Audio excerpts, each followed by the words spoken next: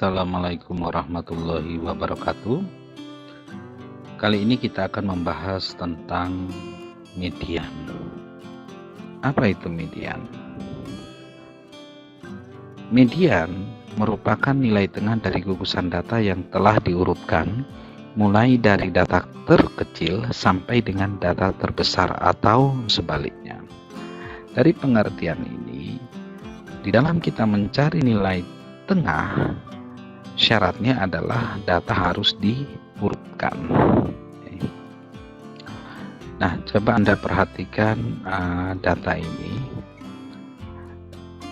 X4 merupakan nilai yang berada di tengah-tengah setelah diurutkan mulai yang terkecil sampai dengan yang terbesar.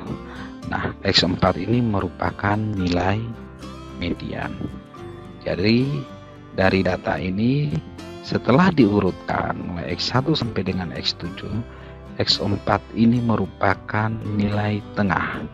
Nah, nilai tengah ini artinya nilai median. Oke, kita masuk pada median untuk data tunggal.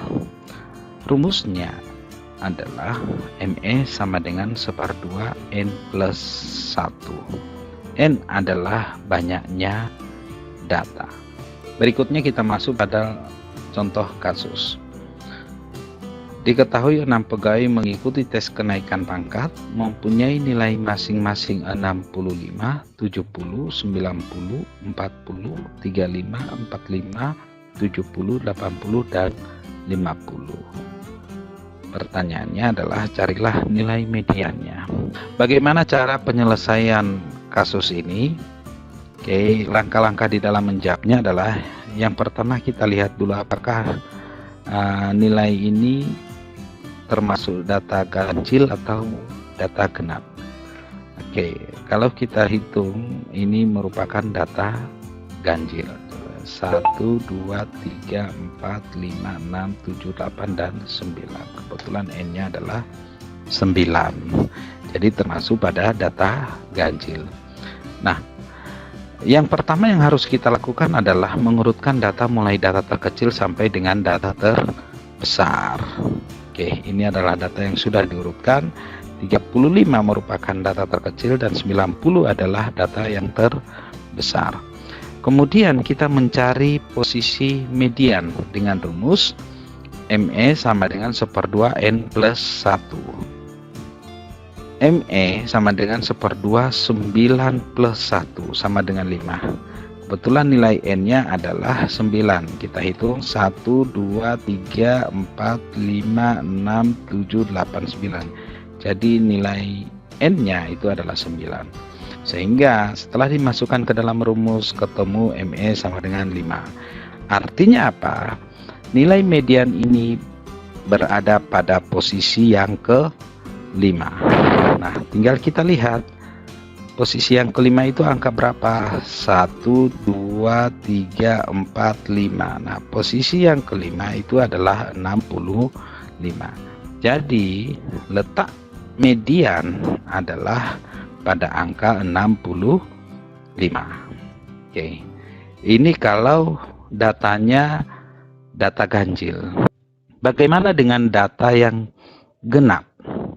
Kebetulan soal yang sama hanya saya tambah 1 angka sehingga menjadi data genap.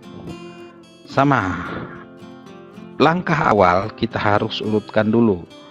Kemudian 35 sampai dengan 90. Ini kebetulan data genap. Coba kita hitung N-nya 1, 2, 3, 4, 5, 6, 7, 8, 9, 10. Tapi N-nya adalah 10 data genap. Kemudian kita mencari posisi median dengan rumus yang sama. ME sama dengan 1/2 N plus 1. Nah, ME sama dengan 1/2 10 tambah 1 sama dengan 5,5. Jadi nilai median berada pada posisi 5,5. Coba kita hitung 1, 2, 3, 4, 5. Nah, antara 50 dan 65. Disinilah nilai median. Tetapi berapa angkanya? Ya, angkanya caranya adalah ditambah 65 dibagi 2, atau letak median itu adalah 1/2 50 tambah 65 ketemu 57,5. Oke. Itu kaitan dengan menghitung nilai median untuk data tunggal. Kemudian bagaimana untuk data kelompok? Data kelompok rumusnya adalah ME sama dengan BB plus P kali 1/2 N dikurangi JF per F. Kita lihat keterangan notasinya. ME adalah nilai median, kemudian BB itu adalah batas bawah kelas median, P adalah panjang kelas nilai median, kemudian N adalah banyaknya data, F adalah jumlah frekuensi kelas median, dan yang terakhir adalah JF, itu merupakan frekuensi kumulatif sebelum kelas median. Kita langsung masuk pada contoh kasus. Diketahui nilai ujian statistik yang diikuti oleh 70 mahasiswa. Berapakah median kelompok nilai statistik tersebut? Datanya adalah sebagai berikut. Oke. Ini adalah contoh kasus median untuk data. Bagaimana langkah-langkah di dalam menjawab kasus ini? Oke. Yang pertama yang harus kita tentukan adalah mencari letak median dengan rumus 1/2 NW. N di sini adalah banyaknya data. Oke. Sehingga ketemu 1/2 N sama dengan 1/2 dikali 70 ketemu 35. Terletak pada kelas interval yang keempat.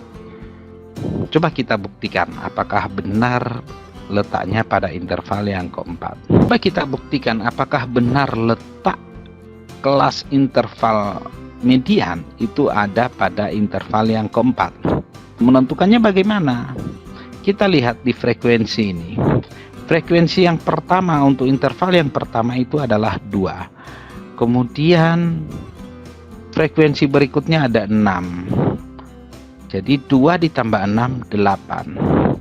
Masih belum ada di interval yang kedua. Ini yang kita cari, ini letaknya 35 ini ada di mana?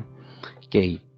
Kemudian interval yang ketiga 15. Jadi tadi 2 tambah 6, 8 tambah 15, 23. Oke.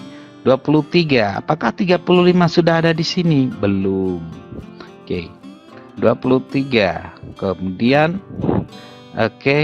interval yang keempat, frekuensinya 20. Sebelumnya sudah kita hitung 23. Ditambah 20 adalah 43. Nah, 35 ini sudah berada di interval ini. Oke. Jadi karena di sini kalau kita jumlahkan semuanya ada 43.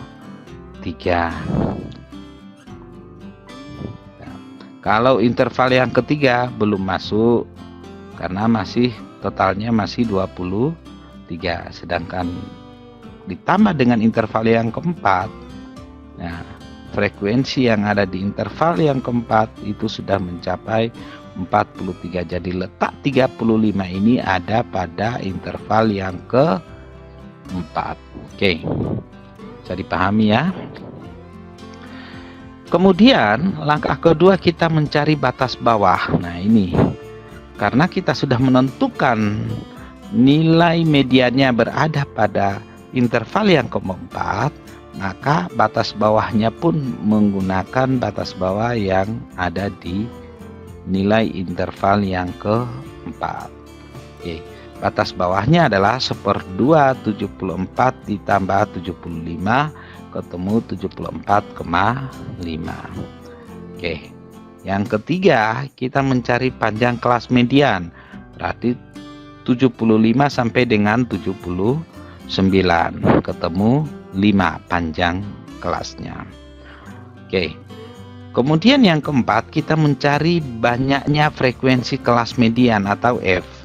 Nah, ini adalah kelas median. Oke, kelas median tadi sudah ditentukan berada pada interval yang keempat. Berapa frekuensinya? Frekuensinya adalah 20. Oke. Kemudian yang terakhir, kita mencari jumlah semua frekuensi kumulatif di bawah kelas median. Ini kan kelas median, berarti yang kita cari adalah di bawahnya atau sebelumnya. Sehingga kita jumlahkan semua ini, 2 ditambah 6 tambah 15, ketemu 23. Berdasarkan notasi yang ada di dalam rumus, semua sudah bisa kita tentukan. Tinggal kita masukkan ke dalam rumus.